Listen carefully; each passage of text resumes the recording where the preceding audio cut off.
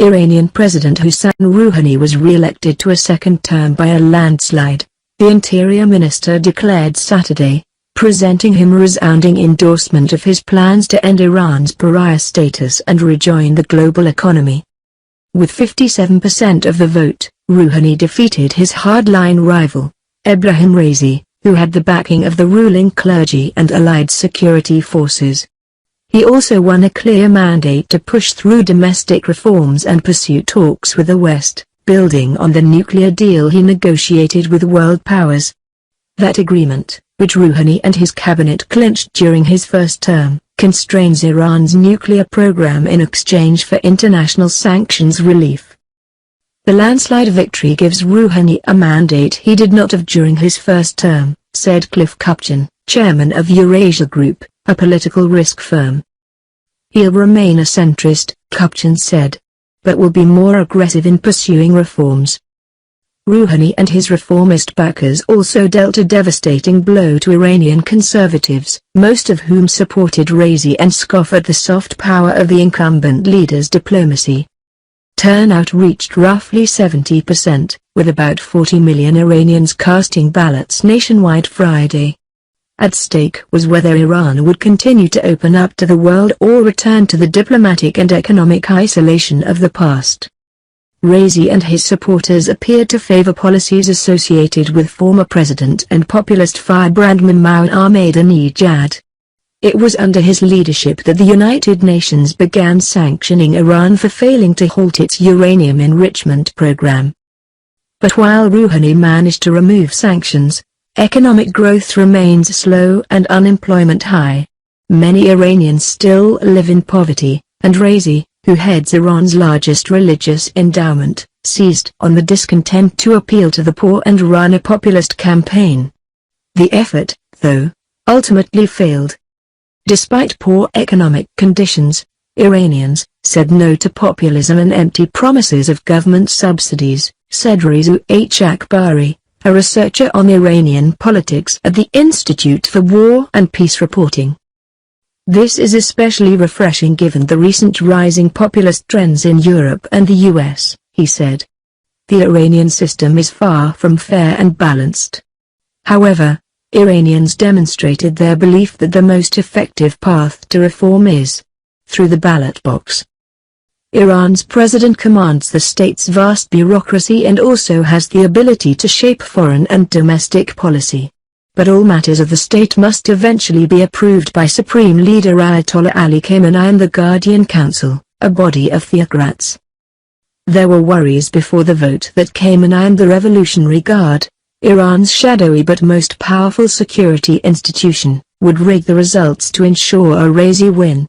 In the 2009 election, widespread suspicions of fraud led to a grassroots protest movement by reformists against the state and then President Ahmadinejad. The demonstrations were brutally quashed, and the opposition leaders, including Mir Hossein Mousavi, his wife Zahra Rahnavard, and Mehdi Karoubi, remain under house arrest.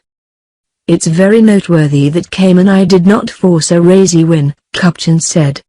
There has been speculation that Khamenei had chosen Raisi as his potential successor. The erstwhile successor to the leader took a body blow tonight, he said. And the path to a more moderate successor to Khamenei is now at least somewhat clearer. On the international front, Iran will have to confront the more bellicose administration of President Trump. As presidential vote in Iran took place, Trump landed Saturday in Saudi Arabia, which is Iran's main rival. His administration has placed the nuclear deal under interagency review and recently imposed new sanctions on Iran for its ballistic missile program.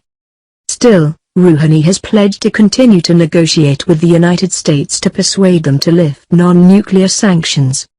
Despite the tensions, Rouhani sees Iran as benefiting from the West and from foreign investment. And, apparently, Iranian voters agree. Iranian voters sent a resounding message to the Trump administration, Akbari said. They are committed to the path of diplomacy and moderation. They stand behind Rouhani's attempts to break the country's isolation. At home, Rouhani will probably struggle with more progressive political reform. He has failed to secure the release of Mousavi, Ranavad and Karubai from house arrest. Iran enjoys greater access to social media and the internet, and reformist publications and Facebook pages flourished. But activists and journalists are still detained and jailed. Even with his strong mandate, it is unclear how much he will be able to achieve. Rouhani will continue to face an uphill climb on political reform, Kupchan said. According to Akbari, the moderate and reformist elements within the society are fully aware of Rouhani's shortcomings when it comes to human rights and guaranteeing social freedoms. However, they decided to give him a second chance to deliver on his promises, he said. Iranians yearning for more freedom at home and less isolation abroad have emphatically re-elected President Hassan Rouhani, throwing down a challenge to the conservative clergy that still holds ultimate sway. State television congratulated Rouhani on his victory. The architect of Iran's still fragile détente with the West, he led with 58.6% of the vote, compared with 39.8% for his main challenger, hardline Judge Ebrahim Raisi, according to near-complete results broadcast on Saturday. Although the powers of the elected president are limited by those of unelected Supreme Leader Ayatollah Ali Khamenei who outranks him, the scale of Rouhani's victory gives the pro-reform camp a strong mandate. Rouhani's opponent Raisi was a protégé of Khamenei, tipped in Iranian media as a potential successor for the 77-year-old supreme leader who has been in power since 1989. The re-election is likely to safeguard the nuclear agreement Rouhani's government reached with global powers in 2015, under which most international sanctions have been lifted in return for Iran curbing its nuclear program. And it delivers a setback to the Revolutionary Guards, the powerful security force which controls a vast industrial empire in Iran. They have thrown their support behind Raisi to safeguard its interests. I am very happy for Rouhani's win. We won. We did not yield to pressure. We showed them that we still exist, said 37-year-old Manaz, a reformist voter reached by telephone in the early hours of Saturday.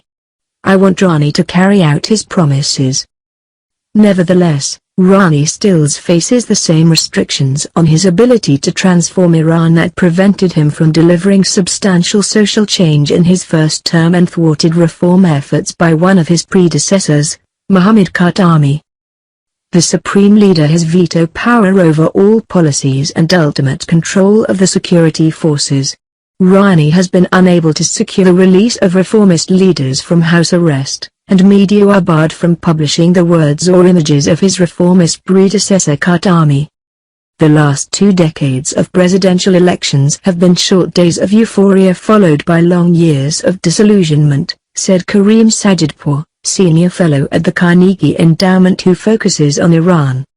Democracy in Iran is allowed to bloom only a few days every 4 years, while autocracy is evergreen. The re-elected president will also have to navigate a tricky relationship with Washington, which appears at best ambivalent about the nuclear accord signed by former U.S. President Barack Obama. President Donald Trump has repeatedly described it as one of the worst deals ever signed, although his administration reauthorized waivers from sanctions this week. Trump arrived on Saturday in Saudi Arabia, his first stop on the first trip abroad of his presidency. The Saudis are Iran's biggest enemies in the region and deplore the nuclear deal. Rouhani, known for decades as a mild-mannered member of the establishment, campaigned as an ardent reformist to stir up the passions of young, urban voters yearning for change. At times he crossed traditional rhetorical boundaries, openly attacking the human rights record of the security forces and the judiciary. During one rally he referred to hardliners as those who cut out tongues and sewed mouths shut. In a debate last week he accused Raisi of seeking to abuse religion for power. The rhetoric at the debate earned a rare public rebuke from Khamenei, who called it unworthy. The big turnout appeared to have favored Rouhani, whose backers' main concern had been apathy among reformist-leaning voters disappointed with the slow pace of change. Many voters were particularly determined to block the rise of Raisi, one of 4 judges who sentenced thousands of political prisoners to death in the 1980s, regarded by reformers as a symbol of the security state at its most fearsome. The wide mobilization of the hardline groups and the real prospect of Raisi winning scared many people into coming out to vote, said Nasser, a 52-year-old journalist. We had a bet among friends, and I said Raisi would win, and I think that encouraged a few of my friends who might not have voted to come out and vote. The election was important for Iran's future role in the region and the world, Rouhani said on Friday after voting. Raisi, 56, had accused Rouhani of mismanaging the economy, traveling to poor areas and holding rallies where he promised more welfare benefits and jobs. Despite the removal of nuclear-related sanctions in 2016, lingering unilateral U.S. sanctions that target Iran's record on human rights and terrorism have kept foreign companies wary of investing, limiting the economic benefits so far.